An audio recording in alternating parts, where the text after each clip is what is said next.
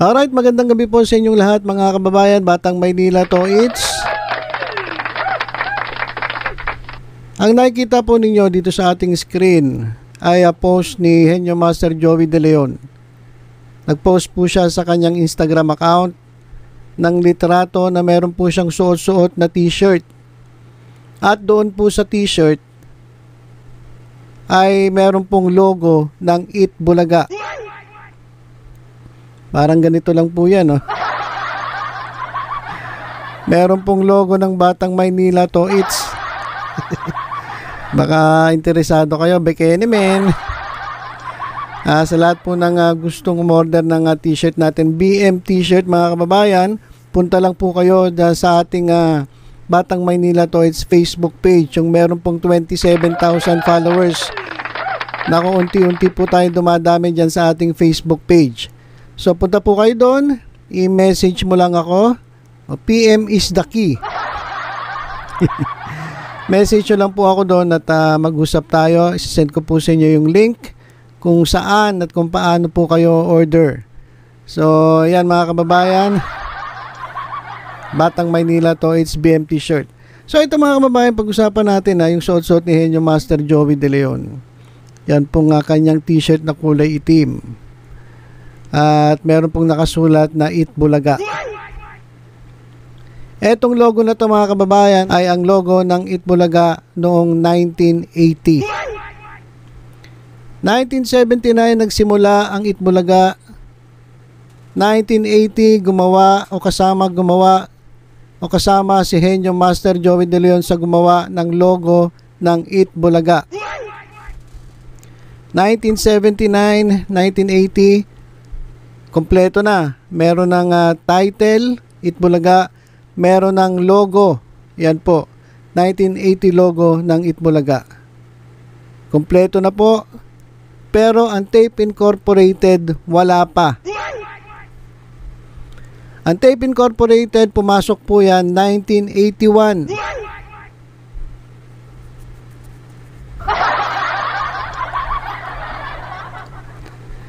Ulitin ko para maliwanag lang 1979 nagsimula ang Eat Bulaga. Naimbento po yung Eat Bulaga ni Henyo Master Joey De Leon doon po sa kusina ni Tito Sen. 1980 ginawa itong logo ng Eat Bulaga. 1980. Dumating po ang Tape Incorporated 1981. Ngayon, ito ang tanong. Paano masasabi ng Tape Incorporated na sa kanila ang Eat Bulaga at maging ang logo ng Eat Bulaga? Kasi yung logo po, saka yung pangalan, ayun yung ginawa nila ng trademark. Ine-register nila. Pero hindi sila ang gumawa. Hindi sila ang nag-imbento. Ginamit nila yung imbensyon ni Joey De Leon, yung title na Eat Bulaga, at yung logo nung 1980 na Eat Bulaga. Nung dumating itong Tape Incorporated, igawa na lahat yan. 1981 dumating itong tape. 2 years after na magsimula itong Eat Bulaga. Ngayon, ang ginagawa ngayon ng Tape Incorporated, sinasabi nila na ang Eat Bulaga daw at yung mga logo ay kanila. Ngayon, bahala na kayo kung maniniwala kayo. Dahil ang linaw-linaw mga kababayan. Ang linaw-linaw, kumpleto na bago pa dumating ang Tape Incorporated. Eto pa. Etong ipinost ni Henyo Master Joey De Leon. Yan pong logo ng Eat Bulaga noong 1980. Meron pala yang ibig sabihin. Eto yung hindi alam ng Tape Incorporated. Kaya hindi sila kinakatigan ng IPO. Kasi hindi nila alam Hindi nila alam kung saan nanggaling, paano nabuo, paano nagsimula itong Itbulaga. Sila lang nag-register. Ginamit nila sa negosyo. Pero hindi nila alam paano nagsimula. Hindi nila alam paano nabuo, ano ba ang kwento ng Itbulaga na yan, at maging yung logo eh. Oh, alam ba ng Tape Incorporated ibig sabihin ng logong Itbulaga nung 1980? Hindi, paano? Wala pa naman sila nun eh. Paano nila malalaman? Wala pa nga sila nun. O ngayon, ito.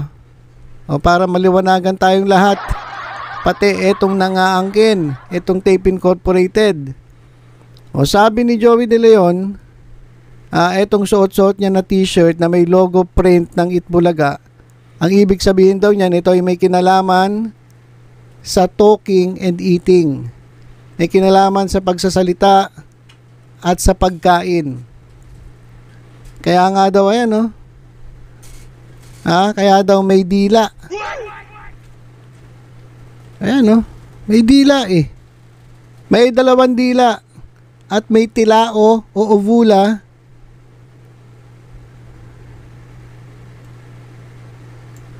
Yung kuntil sa lalamunan. Ayan, pinaliwanag na sa inyo. Baka itong Tape Incorporated, tanongin ng IPO. Kasi baka tanongin sila, itong Tape Incorporated, yung kanilang witness. Itong Itbulaga na logo ng 1980. Ano po ibig sabihin yan? Wala po, Itbulaga. Ano yung nakalaylay dyan? Yung nakalawit na yan? Hindi ko po alam. Basta Itbulaga yan eh. Yan nakikita nyo naman, Itbulaga eh. Galit pa. Galit pa doon sa nagtatanong, doon sa nag-interrogate sa kanya. Hindi, meron pong ibig sabihin yan, sir. Meron pong ibig sabihin yan. Sabi ng witness. Wala nga, basta Itbulaga. Itbulaga yan. Nababasa mo naman, Itbulaga eh. Kaya natatalo itong Tape Incorporated. Hindi nila alam kung ano yung mga nandun mismo sa loob na pangalan ng Itbulaga, paano nagsimula, paano nabuo, paano ba pumasok sa isip ni Joey De Leon na ito nga gagamitin, Itbulaga, saan nagsimula, tapos itong logo, bakit ganyan itsura, bakit may lawit-lawit. O, hindi alam ng witness. Kaya natatalo sila eh. Kaya olats eh. Kaya hindi sila kinakatigan, hindi sila pinapaboran kasi nga hindi nila alam ang totoo. O ngayon, alam nyo na. Binigyan na kayo ng tip ni Henyo Master Joey De Leon. Yung nakalawit dyan, may 2 dila at merong tilao o ovula, yung kuntil sa lalamunan. O, for your information.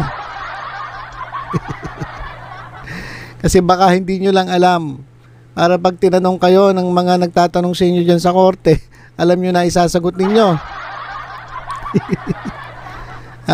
So yan mga kababayan, etong post ni Joey De Leon, parang simple lang pero alam nyo ba ibig sabihin nito? Hindi talaga nila pwedeng angkinin etong Itbulaga, pati etong mga logo. Yun lang yun, ganun lang kasimple gusto parating sa atin ni Henyo Master Joey De Leon. At pinaparating niya sa lahat na siya lang ang nakakaalam ng ibig sabihin na ito. Bakit? Kasi siya naka-invento eh. Kasama siya dun sa naggumawa ng logo eh. Kaya alam niya ibig sabihin nun.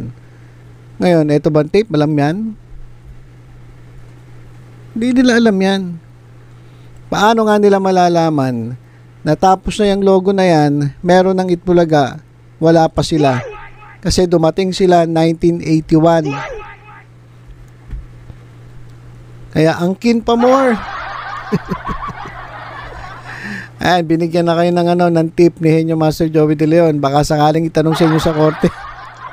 At least alam nyo na sasagot ninyo. Alright, so yan lang mga kababayan. Na-share ko lang sa inyo itong cryptic. Usong-usong ngayon yun yung mga cryptic post.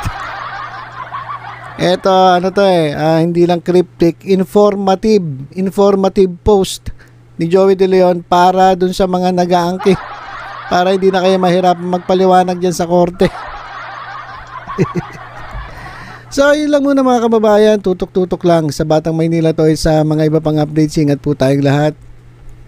God bless.